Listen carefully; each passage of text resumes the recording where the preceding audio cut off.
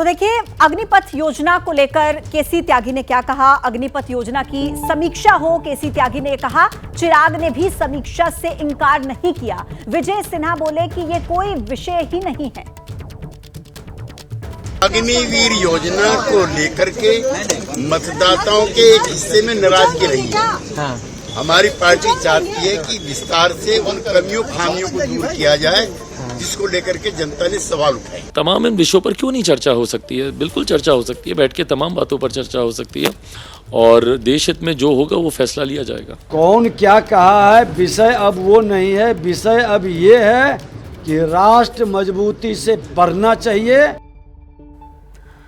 देखिए, इस बार जब चुनाव के नतीजे आए तो कई राज्य ऐसे हैं जहां पर बीजेपी को काफी नुकसान हुआ और जिसमें अग्निपथ योजना को काफी अहम माना जा रहा है। तो क्या अग्निपथ योजना से नुकसान पहुंचा इन राज्यों में? ये देख लीजिए, हरियाणा जहां पर सीटें हैं आई 10 2019 में और 2024 में 5 सीटें ही यहां से बीजेपी जीत पाई। हरियाणा का जिक्र कर रहे हैं। देखिए, और वोट शेयर की अगर बात करें तो 58% 58% वोट शेयर 2019 में रहा और 2024 में यह घटकर 46% तक पहुंच गया। हिमाचल 2019 में 4 सीटें आई, 2024 में भी भले ही 4 सीटें आई हो लेकिन वोट शेयर देख लीजिए यहां पर भी कम हुआ है। 2019 में वोट शेयर 70% लेकिन 2024 में यह घटकर 56% पे आ गया। उत्तराखंड में देख लीजिए, 2019 में भी 5 सीटें जीती, 2024 में भी 5 सीटें जीती लेकिन वोट शेयर यहां पर भी कम हुआ है। तो आइए अब प्रकाश के पास दर्शकों को लेकर चलते हैं, उनसे सीधा बात करेंगे। प्रकाश, ये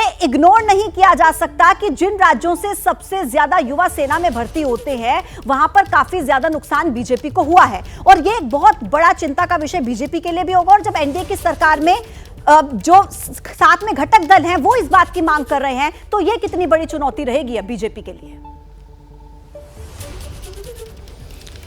देखिए, आपको याद होगा जब अटल बिहारी वाजपेयी की सरकार थी और उसमें समता पार्टी उस दौर में जो जेडीयू थी, तो वो शामिल होने से पहले कुछ ऐसी शर्तें रखी थी कि उन चीज़ों को बाहर रखा जाएगा जिसमें यूनिफॉर्म सिविल कोड का मामला था।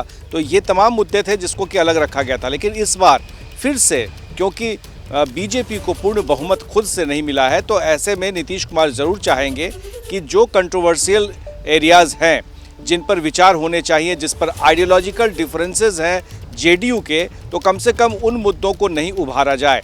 जिनमें से अग्निवीर योजना है, इसको लेकर के हालांकि खुलकर पार्टी ने कभी कुछ नहीं कहा लेकिन ये ज़रूर था कि ये मानते थे कि ये सही नहीं हुआ है।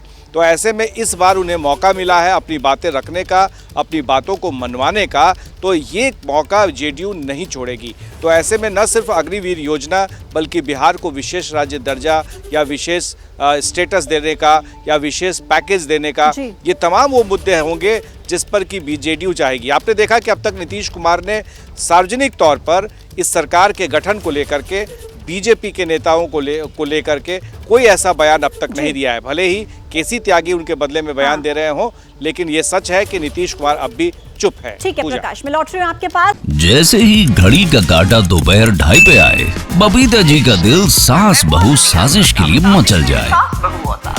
और ये है इनकी बहू, पूरे दिन ऑफिस की टेंशन हो जाए गॉन जब ये करें अपना फेवरेट शो फ्री टाइम पे ऑन। इनकी तरह आप भी देखें अपना फेवरेट शो अपने टाइम पर और डाउनलोड कीजिए एबीपी लाइव ऐप अपने स्मार्ट टीवी पर।